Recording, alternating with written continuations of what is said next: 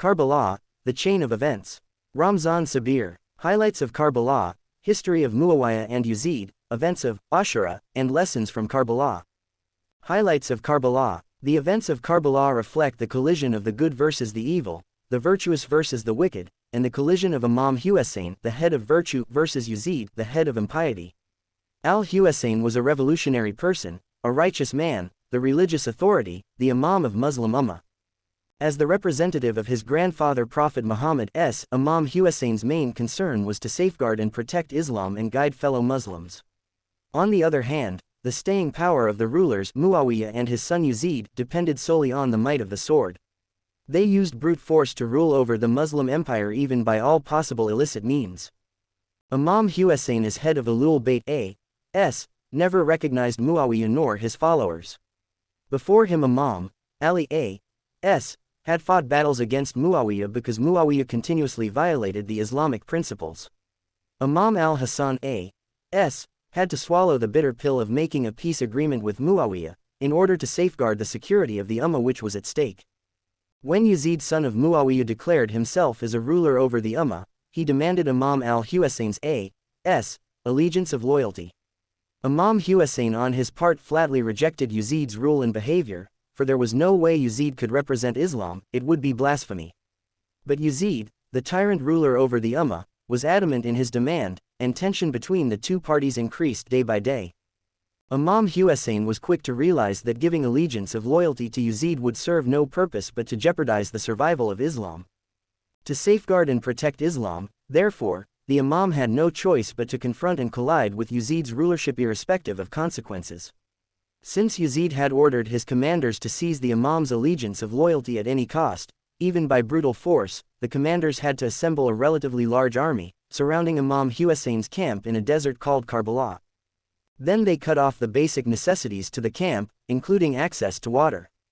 The camp consisted of Imam Hussein, his family, friends, and companions, all of whom stood fast and firmly with him. These braves would rather face death for the noble cause of Islam, than submit to the outrageous tyranny and the un-Islamic ways of Yazid. Thus, Karbala proved to be a clash involving Islamic truths versus falsehood, right versus wrong, belief versus disbelief, and the oppressed versus the oppressor, faith against brute force.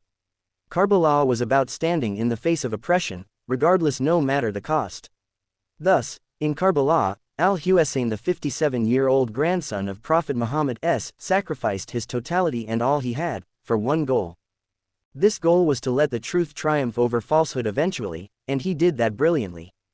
His goal was to foil the plan that Muawiyah had expertly developed for his son, Yazid, which was to establish a permanent Bani Umayyah rulership over the Muslim Ummah even by sacrificing the Islamic principles, but doing it in the name of Islam.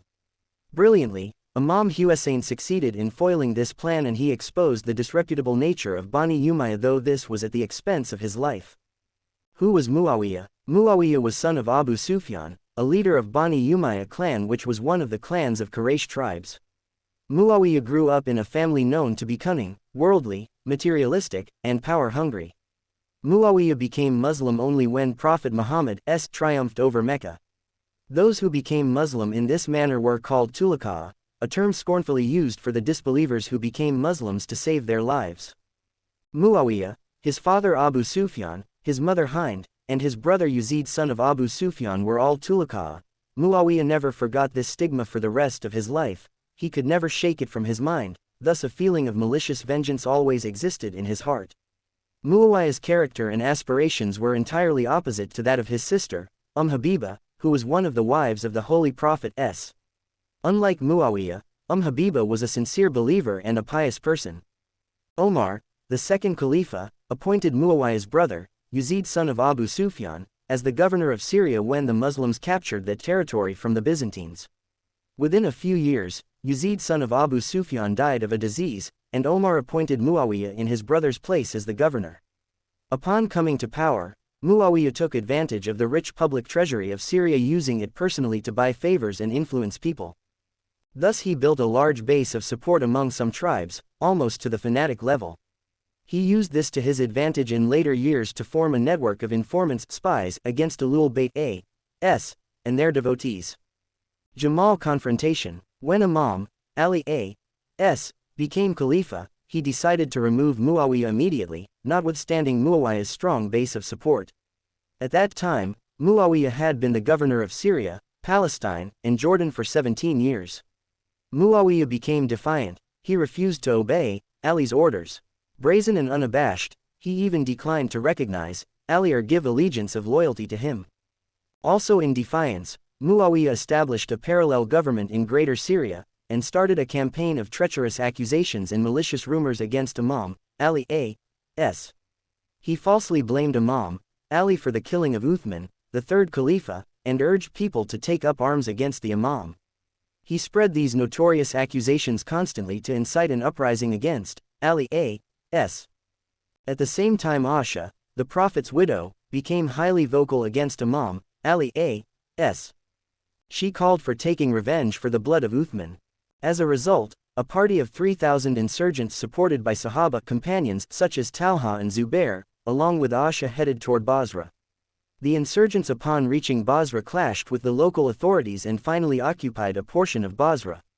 Soon after the occupation these insurgents spread a reign of terror among the people, killing no less than 600 local Muslims, pilfering the treasury and stealing the arms supplies of the armory. As a Khalifa in charge, Imam Ali a.s. could not ignore the situation, he had to act and restore peace and order. He ordered his forces to proceed to Basra. As the Imam's forces reached near Basra, Imam Ali a.s. tried to persuade the insurgents led by Aisha, Zubair and Talha to change their minds and avoid confrontation, but he did not succeed. A battle broke out though Zubair elected not to fight. Talha was wounded then bled to death. Thousands of people lost their lives. Aisha fell down from the camel after it was disabled, but luckily she was not hurt. Imam Ali asked Muhammad ibn Abu Bakr, Aisha's brother, to take Aisha to Basra for a few days, and from there to escort her to Medina with full honor and dignity. Upon leaving Basra al-Hasan a.s. and al-Husayn a.s. accompanied the Prophet's widow for some distance before bidding her farewell. Imam Ali a.s. stayed in Basra for a few weeks to restore law and order. He compensated for the dead, and decided to forgive and absolve all who fought against him, exactly as the Prophet had done when he triumphed over Mecca 40 years earlier.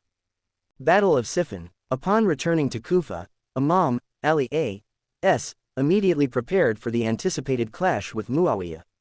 The defying Muawiyah continued to violate the Islamic principles by personally using the public treasury for espionage and buying people's loyalty. The people of Syria fully believed him in the false picture he presented. Ultimately this resulted in a confrontation called Battle of Siffin when the troops of the two sides met at Siffin. The battle saw ferocious fighting for 9 days when Muawiyah's forces were near collapse. His troops were fleeing in disarray, and their retreat was in massive disorder, running helter-skelter. Muawiyah was alarmed, tense and frightened, preparing to run away, when he learned of a clever trick. The trick was indecent and unbecoming. It was to make the Holy Quran as an instrument and exploit it, to use it as a tool to his advantage. Muawiyah seized on this immediately and commanded his fighters to raise 500 Holy Qurans on tips of spears, in order to stun the troops of Imam Ali. As jolting as it was, this maneuver did break the onslaught and the momentum of Ali's fighters, for they were very pious men. But Imam Ali was quick to recognize this deceit. He knew how deceptive Muawiyah was, and now that being near collapse, Muawiyah wanted to save his neck at the expense of the Quran itself. With that in mind, Ali a.s. urged his generals not to halt, but to keep fighting since victory was almost at hand. Alas, Ali's generals and fighters were in shock, for the sight of the Holy Quran high on spear heads was startling to say the least. They could not take it. Not willing to fight, they wanted to accept Muawiyah's offer to halt the fighting and negotiate instead. The termination of the battle in this manner and the consequences thereof proved to be disastrous to say the least, especially for Ahlul Bayt in Islam.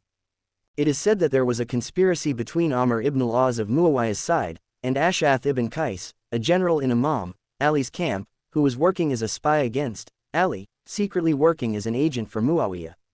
In this battle 45,000 men lost their lives in Muawiyah's camp, and about 25,000 in Ali's a.s. camp. Many men of high caliber from both sides died, especially Ammar ibn Yasir, the great companion of the Prophet who was 90 years old and fought on Imam Ali's side against Muawiyah. After Siffin, Imam Ali's a.s. Generals, who stopped the battle to negotiate with Muawiyah, did not pick the right person for the negotiation. They unyieldingly refused to accept Imam Ali's choice. Instead they picked Kufa's governor, Abu Musa Ash'ari, an incompetent governor who had been previously dismissed from office by Imam Ali. Muawiyah appointed Amr ibn al-As, a shrewd and cunning man, to be his representative in the negotiation. Negotiation between the two sides did not take place for about 1 year. When the two negotiators came face to face, it was clear that Ash'ari's capability was no match for his opponent Ibn al-Az. In the negotiations, Ash'ari proposed that both Muawiyah and Imam Ali A.S. were to abdicate and to let the people hold election for the Khilafah. Amr ibn al-Az, a deceptive man at best, quickly agreed to Ash'ari's proposal and asked Ash'ari to first announce the agreement. Ash'ari stood up and announced, "O people, we have agreed not to consider Ali or Muawiyah for Khilafah. You may choose or elect whomever you think is fit." The cunning Amr ibn al-Az stood up next to say, "O people, I won't consider Ali for the Khilafah, but Muawiyah, in my opinion, is the person for that office." Upon hearing this and feeling deceived, the people screamed disapprovingly. An uproar was the result. Imam Ali's A.S. camp was in shock. They were double-crossed, deceived and lied to. They felt deeply cut. Amr's double-crossing and deception was simply beyond their imagination. They left the place bewildered and utterly disappointed. Because of this, a large group of Imam Ali's supporters defected to form a separate group called Kharijis, meaning the outsiders. The Khariji became fanatically opposed to Imam Ali and Muawiyah. Some of their members met secretly in Mecca and drew a plan to assassinate Ali A.S. in Kufa, Muawiyah in Syria, and Amr ibn al-Az in Egypt. 3 fanatics took the responsibility. They were to attack their victims in the morning, the same day, as the would-be victims were going to the mosque to lead the morning salat. Ibn Muljim attacked and fatally wounded Imam Ali A.S., whereas Muawiyah escaped with a light wound of his buttock. Amr ibn al-Az was ill that day and his replacement was killed by the Khariji. Imam Ali A.S., in wounded condition, conferred the imama and the reign of the Islamic nation to his 37-years-old son al-Hassan. Peace agreement between Imam al-Hassan and Muawiyah. Imam Hassan A.S. faced extremely difficult conditions from the start. He observed that fear, anxiety and much distress were ever present in Kufa, Basra, Medina and other towns. The anxiety, uncertainty and insecurity were caused by Muawiyah's ill-dealing of sincere Muslims. Muawiyah had spread secret agents all over to defame Ahlul Bayt. Imam Hassan knew that his father Imam Ali A.S. had stood like a lion in all difficulties and fought battles against Muawiyah, but these confrontations had resulted in heavy casualties on both sides. A mass-scale family devastation was visible everywhere. Considering all circumstances, Imam Hassan A.S. discussed the matter with his brother Husayn A.S. and other relatives. He revealed to them that in order to end the bloodshed and to provide a reasonable safety and security to the Ummah, he would make a peace agreement with Muawiyah and abdicate until after Muawiyah's death. After a few days of careful consideration, Imam Hassan A.S. accepted an agreement as per the terms dictated by the Imam and agreed to by Muawiyah. 4 noteworthy terms of this agreement were: people of Syria, Iraq, Hijaz, Yemen and other places shall enjoy amnesty against persecution. Friends and companions of Imam Ali A.S. and all their women and children shall be protected from all dangers. Muawiyah is to immediately stop the use of abusive language with reference to Ahlul Bayt cursing Imam Ali after Salat of Jumu'ah, and Muawiyah shall not appoint anyone as his successor.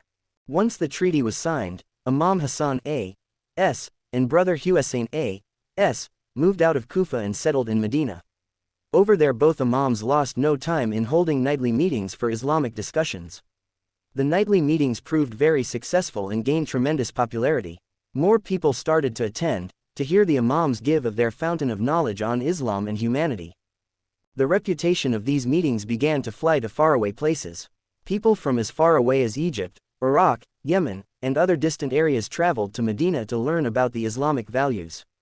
As years passed, the knowledge thus given started to bear fruits. The number of Islamic scholars multiplied and increased considerably. In the meantime Muawiyah, unabashedly elected to disregard the terms of his treaty with Imam al-Hassan. He sent secret agents to terrorize, kidnap, or even kill innocent people, especially those who were loyal to Ahlul Bayt a.s. b. Instead of helping the needy with the public treasury, Muawiyah's governors and their surrogates used the public treasury for personal use, freely and excessively as they wished. C. Freedom suddenly died, and dictatorship took its place. D. Muawiyah gathered a very large number of collaborators who unabashedly would do anything for money. Muawiyah's plot to poison Imam Hassan a.s. It was Muawiyah's ardent desire to impose his son Yazid, who had been named after his uncle, upon the Muslims by making him the succeeding Khalifa, despite the fact that Yazid was the playboy of the time, with many evil habits including gambling, heavy drinking, and indulgence in the pleasures of the flesh. But the peace agreement would not permit Muawiyah to appoint Yazid as his successor. According to the agreement, Imam Hassan would immediately become Khalifa upon Muawiyah's death. Therefore, it was obvious to Muawiyah that, if al-Hassan did not outlive him, Muawiyah could do as he pleased. Thus Muawiyah planned to kill Imam al-Hassan in order to pave the way for his son Yazid to be his successor. Muawiyah sent one of his agents to contact Imam al-Hassan's wife Joda, who was the daughter of al-Ash'ath, once a secret agent for Muawiyah against Imam Ali in the Battle of Siffin.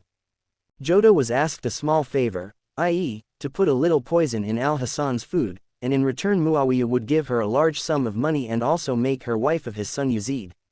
She found the offer too attractive to ignore, and foolishly agreed to accept it. A few days later, she mixed poison in honey and gave it to the Imam. As soon as the Imam took the poisoned honey, he became seriously ill. Sensing that his death was imminent, the Imam designated his brother al-Husayn a.s. to be the third Imam. Although Imam al-Hassan knew he was poisoned, he did not reveal that to anyone but to his brother al-Husayn. One thing al-Hassan had wished was to have his burial by the side of his grandfather, Prophet Muhammad s. Imam Husayn made all the arrangements to fulfill that wish, but Muawiyah's governor over Medina did not let that happen and used military force to stop it. Imam al-Hassan was 47-year-old when he died of poisoning. Medina was never the same without Imam Hassan a.s. Everyone missed him dearly. People at first did not believe Muawiyah poisoned Imam al-Hassan, but soon found out the truth. When Husayn a.s. was designated as the third Imam, he was 46 years old. Imam Husayn a.s. carried on with his mission of teaching Islam as before. A large number of people kept coming to see him and to learn from him. This process continued for several years when people began to hear an ugly rumor that Muawiyah wanted his son, Yazid, to succeed him. Muawiyah designates Yazid as successor. Muawiyah began a campaign to introduce monarchy into the structure of Islam. To have monarchy, by force or otherwise, is alien to Islam, an innovation in religion, simply not acceptable.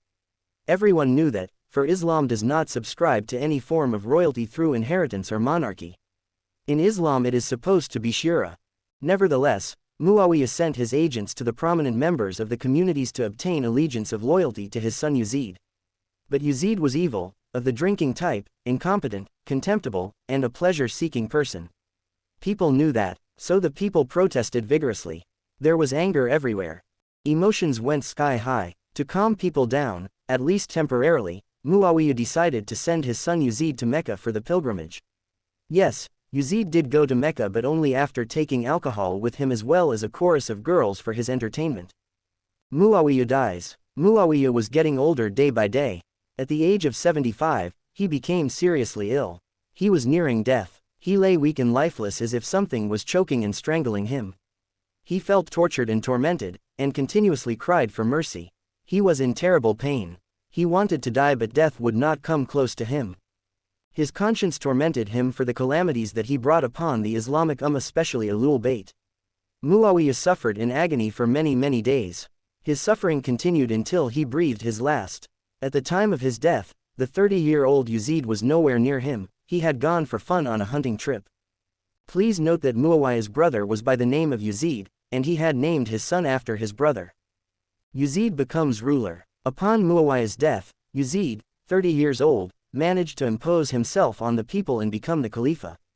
At first people refused to accept him as a representative of the Prophet's and Islamic Ummah, but Yazid approached people in mosques for their favors. Like his father Muawiyah, Yazid used all possible means like bribery, coercion, pressure, threats, and force to receive the people's acceptance of him as the legitimate ruler. Many people were worried, threats to their lives and livelihood was too menacing, so they grudgingly and reluctantly gave in. But Imam Hussein A.S. and his family, who practiced Islam in its true sense, did not give in. As the true representative of Prophet Muhammad al-Hussein flatly refused accepting Yazid either as a Khalifa or a leader of Islam. Despite Yazid's intimidating military power, the Imam stood firm in his resolve and chose to challenge Bani Umayyah's authorities. Yazid commissioned Walid ibn Utbah, his governor over Medina, to ask for Imam Hussein's allegiance of loyalty, or else upon refusal, his head. Walid invited al-Hussein to a meeting for the purpose. Imam Hussein did not give his word at the meeting and decided to leave Medina along with his family to proceed to Mecca. When al-Hussein reached Mecca, he received 12,000 letters from Kufa urging him to go to Kufa to be their leader, and be the Khalifa.